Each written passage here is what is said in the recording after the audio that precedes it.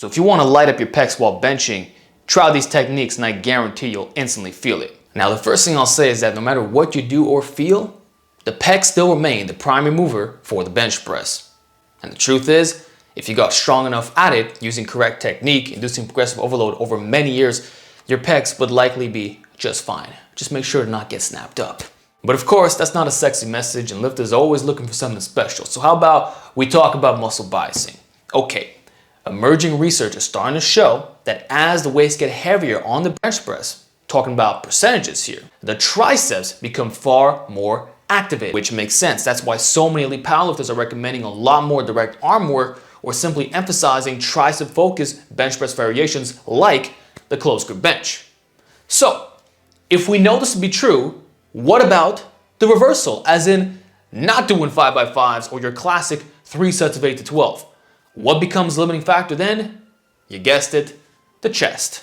And to me, it explains why you tend to feel the chest so much when doing things like push-ups. It's not that it's a superior exercise, just that it lends itself better towards higher reps and you can get a maximum pump in the pectorals. But again, I have to stress that this is nothing magical. It simply is a fatigue-related issue. All right, so my first recommendation is to jack up the reps just like the prisoners do. In this case, 3 sets of 15 to 20 is absolutely perfect. No need to do 30 to 50, otherwise we're talking about a different training stimulus and it might be difficult to get close to failure, which is also extremely important when we talk about this high volume method. Make sure you pick a challenging weight that somewhat makes sense when you plug in the percentages. Not that you're a 225 bencher, now you're gonna strip it down to 95 pounds.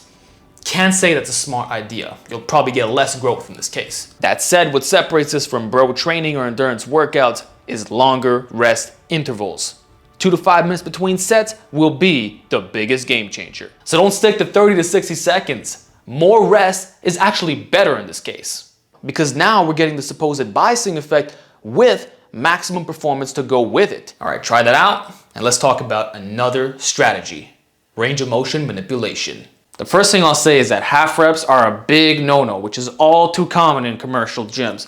But I think if you watched off my videos, you already know I'm against this. So full range of motion, that's where the maximum stretch is initiated, but that doesn't necessarily mean you also have to lock out, even though this is what I do 100% of the time. If I leave my biases aside, I could say that you can go all the way down, but then leave a slight bend in the elbow, which I even have trouble doing. So right here, pump it. This is where we're getting the most effective range of motion for the pec specifically. So getting that time under tension, if you will.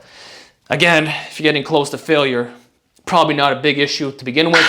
But if you're arm dominant or really struggle to grow this area, this might actually fix the problem. So give it a shot. I can tell you that just doing that one set already gave me a decent pump.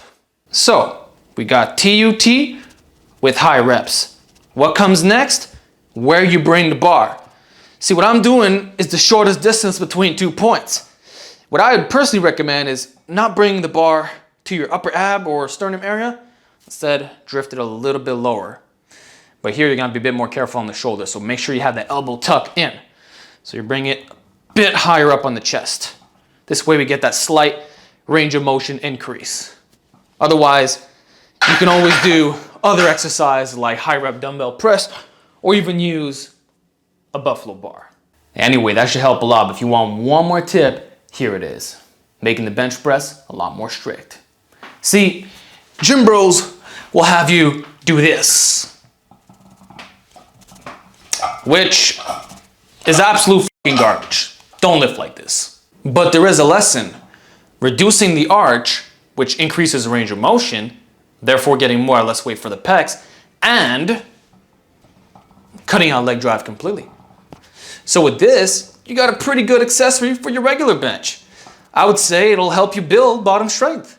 However, I'm still not a fan of the execution.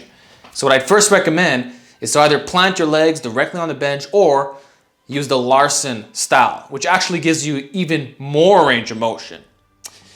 In regards to form itself, you can never go wrong with pause reps as well as leaving the lockout out just a little bit. So you're grooving it this way, or you can use a slow eccentric, skin your t-shirt and explode. Just like that.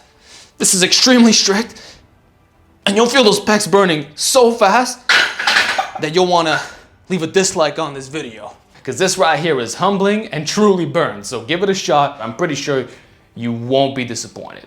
So even though it could look a little bit weird, the results speak for themselves. Let me say that most people will not touch 3 plates on this movement. Even the low 200s should be a challenge. So if you're able to hit 3 sets of 10 with 2 plates, you may just have watermelon pecs. And there you have it, guys. 3 amazing ways of lighting up your pecs from bench press. Hope you enjoyed the video. Try everything out and let me know how it goes.